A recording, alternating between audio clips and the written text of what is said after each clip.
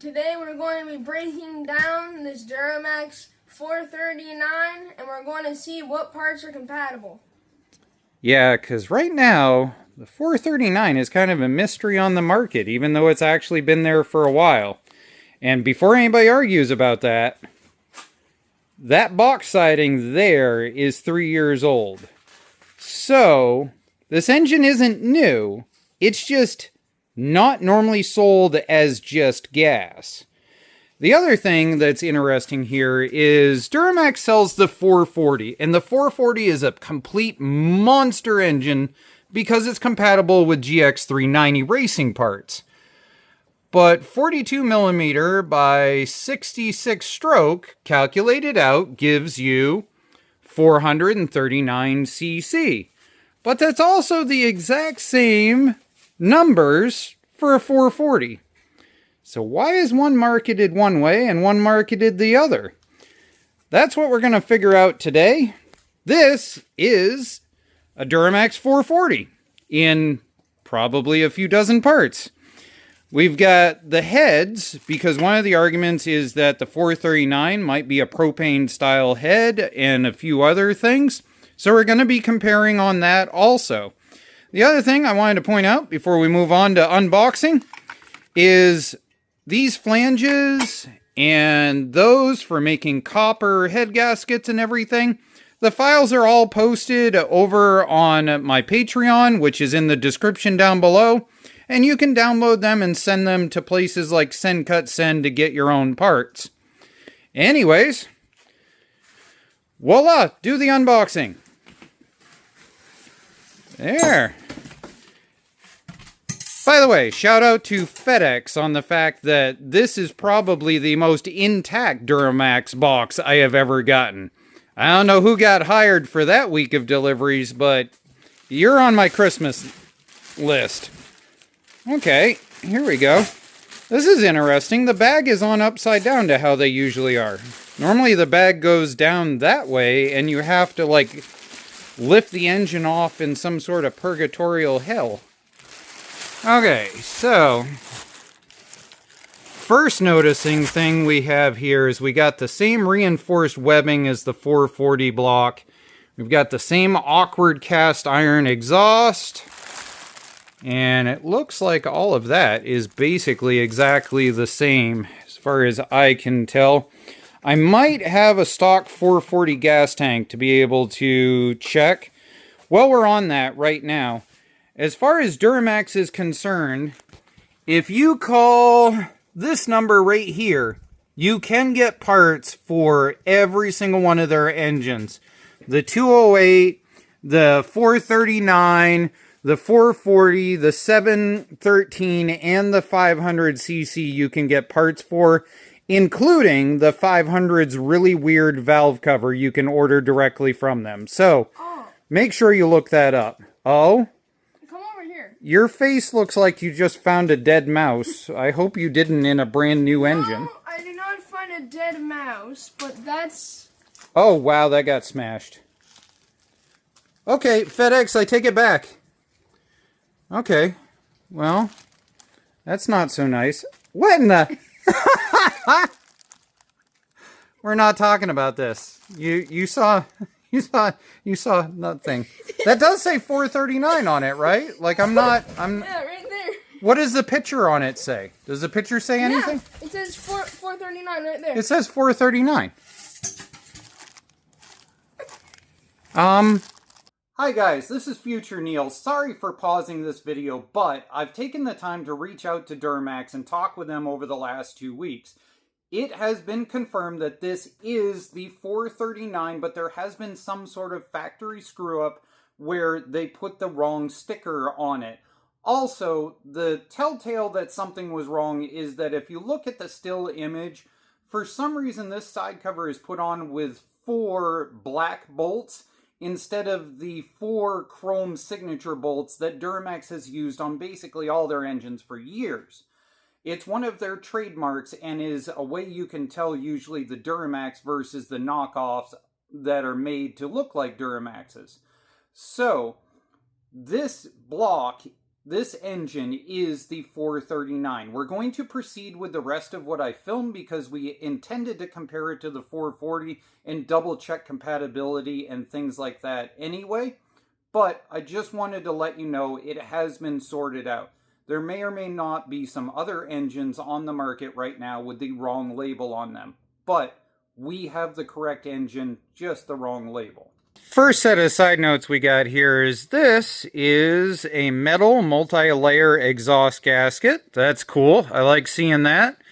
The other side note here is that this is DuroMax's gigantor of an air filter. It is way bigger than a GX390 filter, so don't believe Amazon. Order these from DuroMax. The box, if you want to make a sleeper GX390 that looks stock, these bolt on with a tad bit of some fluffing, but they do bolt on. Alright, so John's going to fight with the backside of the gas tank. You need to pull this in order to get to the two bolts going through there, unless you want to go clink clink back and forth on that one right there. Gas tank side note here. If you're trying to get this gas line out, it has this really weird press clip that goes into that hole. About the only way to do it is undo this, pull your gas line all the way back, and go in with needle nose pliers and pinch it. Otherwise than that, this clip usually snaps off. There we go. Now we can see our linkages. Wicked good. Alright, so ding, ding, ding. So what's really interesting about these is that this is idle position. This is off idle. So if that's its natural in idle, if you disconnect all the governor stuff and you leave this in place, you can put a bracket off of here, connect your cable to here in order to have your throttle for that. We're about to get into the meats and potatoes of this whole head debacle curiosity here, and I wanted to point this out. I just popped that out of there. It is a LG F6TC. And that's kind of funny because I've actually said things in the past about how I did not like that DuroMax used Torch brand spark plugs that are known to do stupid things and just die. So that's cool. I hope that's an upgrade. We've got a 440. We know this came off of the 440 that we raced in our Sears Dragster. So we're going to pop this off now. And they look a lot alike. They've got the split keepers in them and everything else. So let's see what we got going on in here. There we go. Let's see. We just managed to throw the carb spacer around. Oh, side note on this thing. These carb spacers on the 440s are so big that you can just drill them out and tap in a piece of brake line if you need a vacuum to pull from for a pump later. Alright. Get our push rods out. There we go. Okay. Now, let's flip this over. So we have the known 440. And well, I'm not a rocket scientist, but that looks... Was the giggle that it looks the same to you too? Yeah. Okay. I'm just confirming. Well, I'm kind of stumped here. Let's see if these numbers match. What do we got? We got Z71 and FO2. Z71... BO something. But yeah, that number there and that number there match exactly. So this might be the batch number versus model number. Yeah, X49. These are literally exactly the same thing. Let's check out piston. That's the other thing that I was thinking. Oh, that's got a hell of a drop in right there. So that is definitely dished down in. If if I had to bet, I'd bet that probably drops at least 3 or 4 millimeter into there. We have a known DuroMax 440 piston right here. And that is also a drop-in piston. Let's see if our numbers match on this topic too. What do we got? We got R for Rado engine design, Z7. Hey, we've seen Z71 before. Right there. Alright, so I bet we end up finding another Z7. Yep, right there. Z71. I give. I don't know. Rip apart the rest of it. Make sure that it's got bearings in the connecting rod like the 440 just to confirm. And make sure that the cam and crank journals are the same. Yeah. I guess. I don't know. I'm kind of confused on this whole thing so far. Well, let's pull this side cover off. Now, this engine's never been run other than factory fire up, so it's going pretty simple to take it apart. Standard cam, giant RS for Rado, which means we know, since it's got an RS for Rado, that we're going to be able to swap in a GX390. This is your governor gear here. This is what you rip out if you're trying to get rid of your governor. And if we look inside here, this is your balance gear right here. You can remove your, balance shaft. This is the gear on the end of it. You can remove this if you build a racing engine, but you will have an RPM that gets mad at you. It'll vibrate the engine. What we've found on the DuroMax 440 was that vibration point was 2,600 to about 3,000 RPM. So this actually just pops out of here, and there is a mark on it that you have to set the timing. I'll pull it out and I'll show you. If we look on it, usually Rado's really good about putting a timing mark that's easy to find right there. Can we get that in video? There you go. There's a timing mark right there on that one.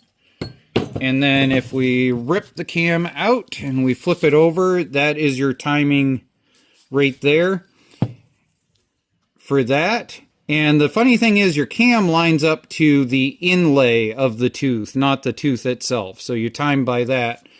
And if we take this and we look at it up close, we're going to find a tooth from factory marked in blue with an indented dot. That's your timing on this. Alright, at this point, I'm going to pop out the connecting rod, pull the piston, and we're going to see whether this has bearings like a 440. Alright, let's find out about this connecting rod. Does it have a bearing? Yes, it does. I really honestly think at this point the 439 is just... I think it's just the 440 telling the truth about the reality of life. That's what I think. So, let's see here. Let's see if we can get... Oh, we hit the stupid... the dumb lifter popped down. Come on, let's try that again. As the lifter got in my way last time. So we pop that up.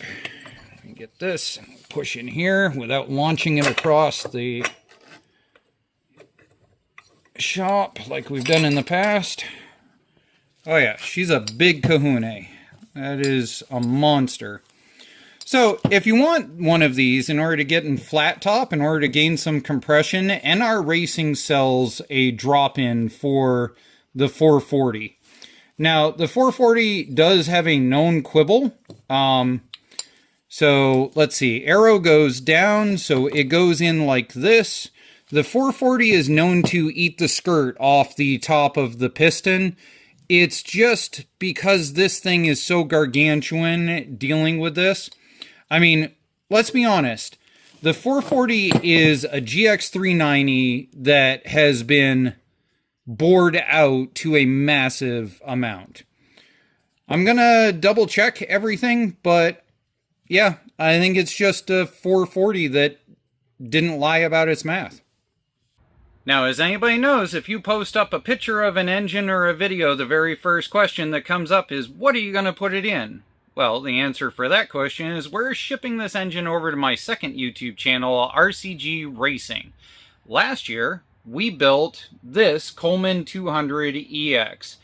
We had a lot of fun with the DuroMax 208 in it, which is a Ducar 212 variant, and it's a monsterish little engine to build out.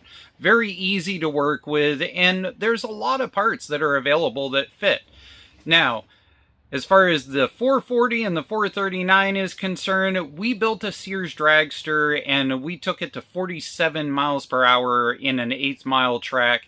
And we just ran into gear ratio problems. This Coleman mini bike, on the other hand, does not have gear ratio problems. It just needs more horsepower to turn those giant 19-inch Sun F street tires. So that's our project. We've got a 40 series that we're going to tune up with some OMB warehouse parts. It's a Chinesium 40 series, so it ought to be interesting to see what happens and go from there. So down in the description, I will post a link for RCG Racing. You can go over and join us and see how this engine progresses. We got a twister cam from NR Racing. We've got upgraded valve springs. We've got racing flywheels. I think I've even got a 308 cam hidden somewhere. We're going to go through and build it into a monster. Not that going from 7 horsepower to 18 horsepower and 3 times the torque isn't monstrous in itself, but let's build it out to like 30 horsepower. Have fun, guys, and thank you for supporting the channel. Also, post a thank you down below to DuroMax for being straightforward, for being easy to get a hold of, and for doing a big time amount of work on getting their parts more available to the average customer.